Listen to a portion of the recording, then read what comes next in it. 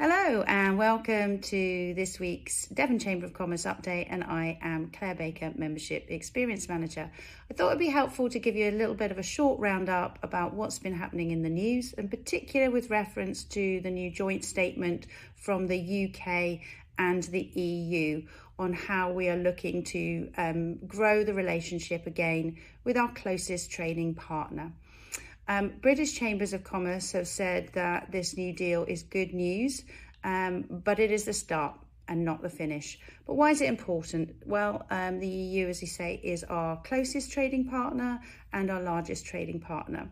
And one of the big sectors for business in Devon is our food producers. And our largest agri-tech market is in the EU. But since Brexit, both imports and exports are down, and many of our businesses have both stopped trading or reduced the trade that they do because of the increased costs and paperwork. So what's happened as a result of this week? Well, a number of the certifications that have been required previously have now been removed. This will reduce both the cost of paying for those and also the paperwork.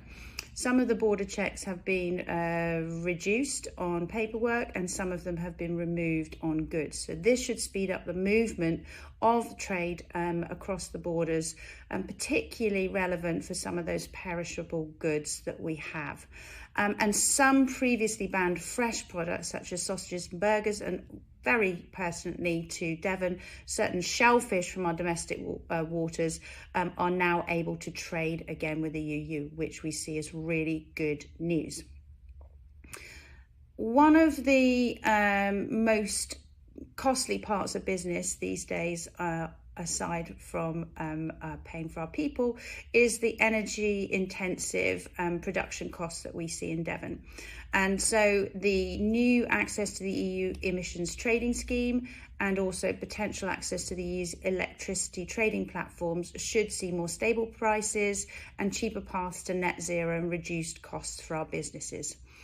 Again, one of the other major sectors in Devon is our defence sector, and the new security and defence partnership could open up some lucrative contracts for some of those businesses with the EU rearmament fund.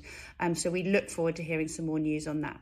But generally, what it should mean is easier travel for businesses, for our young people, and for tourists. So for businesses, they're looking at opening up some of the e-gates again, which should make it easier, particularly if you're travelling backwards and regularly, a recognition of some of your professional qualifications, and some tailored advice on what visas and work permits you need to be able to do business with Europe.